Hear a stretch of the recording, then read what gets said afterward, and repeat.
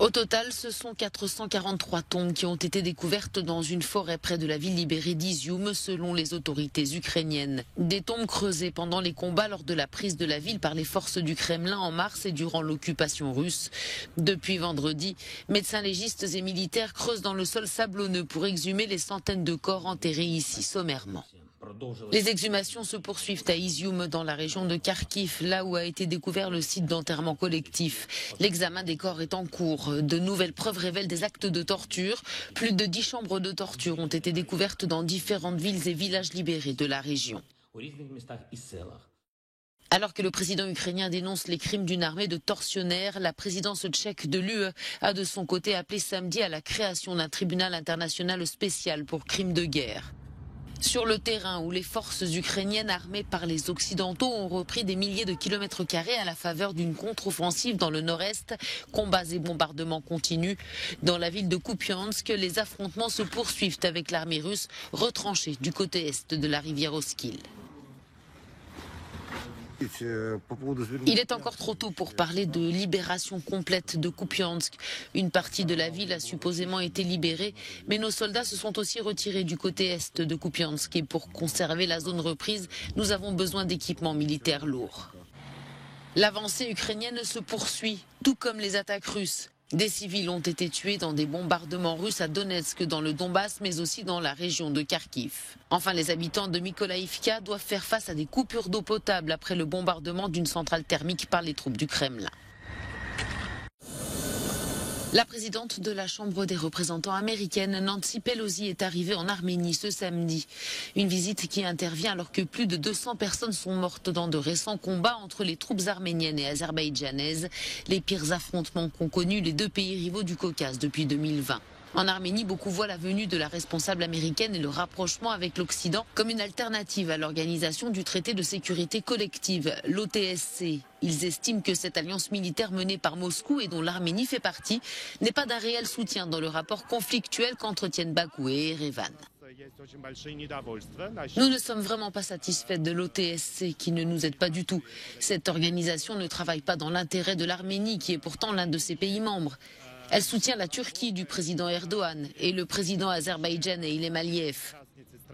Alors selon moi, nous n'avons pas besoin d'une telle organisation et nous devrions nous en retirer immédiatement au nom des intérêts de notre pays, de sa souveraineté et de sa sécurité nationale. Nancy Pelosi s'est refusée à donner des détails sur sa venue en Arménie pour des raisons de sécurité, a-t-elle dit, précisant simplement que cette visite avait lieu sous le signe du respect des droits humains et de la dignité de chaque personne.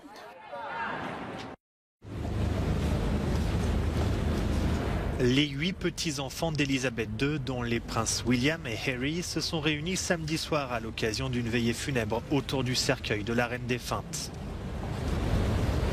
Ils se sont recueillis pendant une dizaine de minutes dans la chapelle ardente installée au palais de Westminster Hall.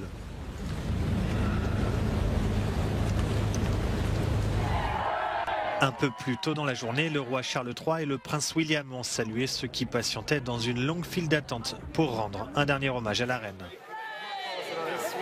Le public a jusqu'à lundi matin pour se recueillir devant le cercueil de la souveraine avant que ne débutent des funérailles qui s'annoncent grandioses. Des dignitaires du monde entier commencent d'ores et déjà à affluer à Londres.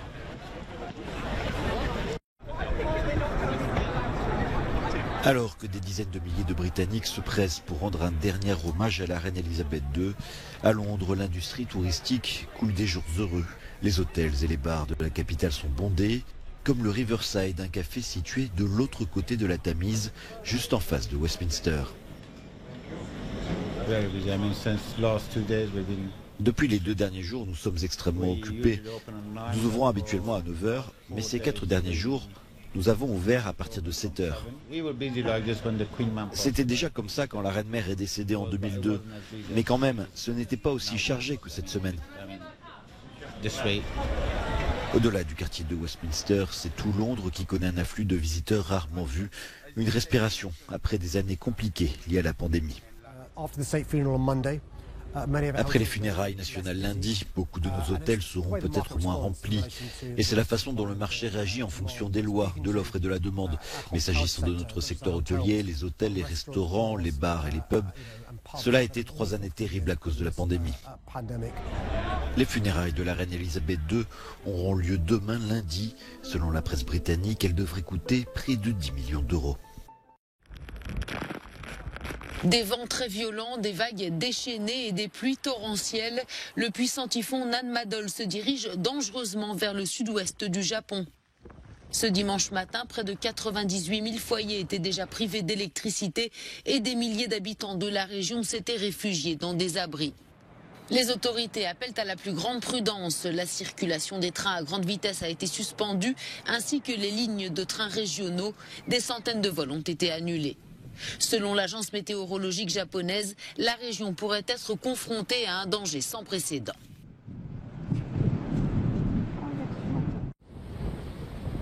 Dans les Caraïbes, la tempête Fiona a balayé la Guadeloupe et fait un mort dans la nuit de vendredi à samedi. Un homme a été emporté avec son habitation par les flots d'une rivière en crue à Basse-Terre. Les vents violents se sont accompagnés de pluies diluviennes, provoquant d'importantes inondations sur l'île française. La population, elle, s'était préparée. On achète des provisions et on reste enfermé à la maison, sauf en cas de force majeure où on appelle les urgences. En fait. L'île a été placée en vigilance rouge jusqu'à dimanche. Les écoles ont été fermées prématurément et dans les supermarchés, les habitants se sont procurés le nécessaire pour faire face aux coupures d'électricité et d'eau. Un peu de l'eau au cas où il y a des coupures, des bougies, je ne sais jamais. Mais tant que la tempête n'est pas énorme non plus. Fiona poursuit sa route en se renforçant.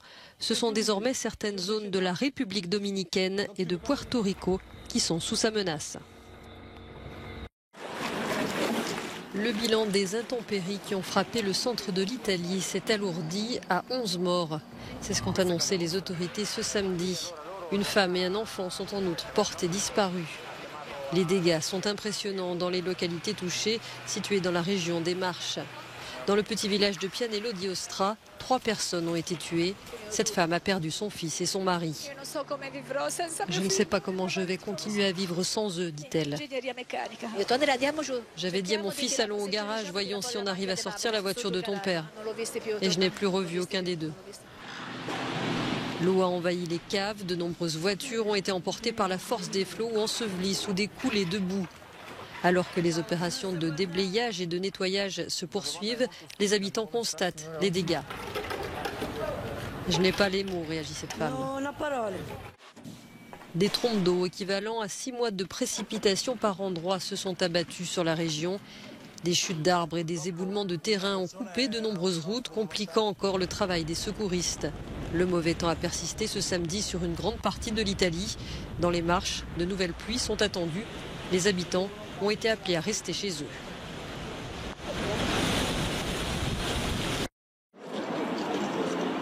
Le Humboldt Forum, immense musée au cœur de Berlin, a ouvert au public ce week-end de nouvelles salles où sont exposés les fameux bronzes du Bénin. Ces œuvres sont parmi les plus réputées de l'art africain. Volée pendant l'ère coloniale, elle s'apprête à être restituée au Nigeria, où se trouvait l'ancienne capitale du royaume du Bénin. Cette restitution est le fruit d'années de combats du côté du Nigeria et du Bénin. Ces objets représentaient nos ancêtres, nos pères. Donc maintenant qu'ils ont été ramenés dans le royaume, ils vont combler le vide qu'ils ont laissé pendant toutes ces années, explique cette représentante du Musée national du Bénin. Les bronzes du Bénin ont été dispersés dans plusieurs musées européens après avoir été pillés par les Britanniques à la fin du 19e siècle. Nous avons appris que la restitution est bien plus qu'un acte administratif, explique le directeur du Humboldt Forum. C'est un processus de négociation interculturelle partagée, dit-il. Il s'agit de références personnelles, d'auto-émancipation, d'identité culturelle et de dignité. Nous avons appris à écouter. Vous parlez, nous écoutons. Ces restitutions font écho à des démarches similaires engagées par d'autres pays européens comme la France, qui a restitué l'an dernier au Bénin 26 œuvres au terme de 2 ans de négociations avec Cotonou.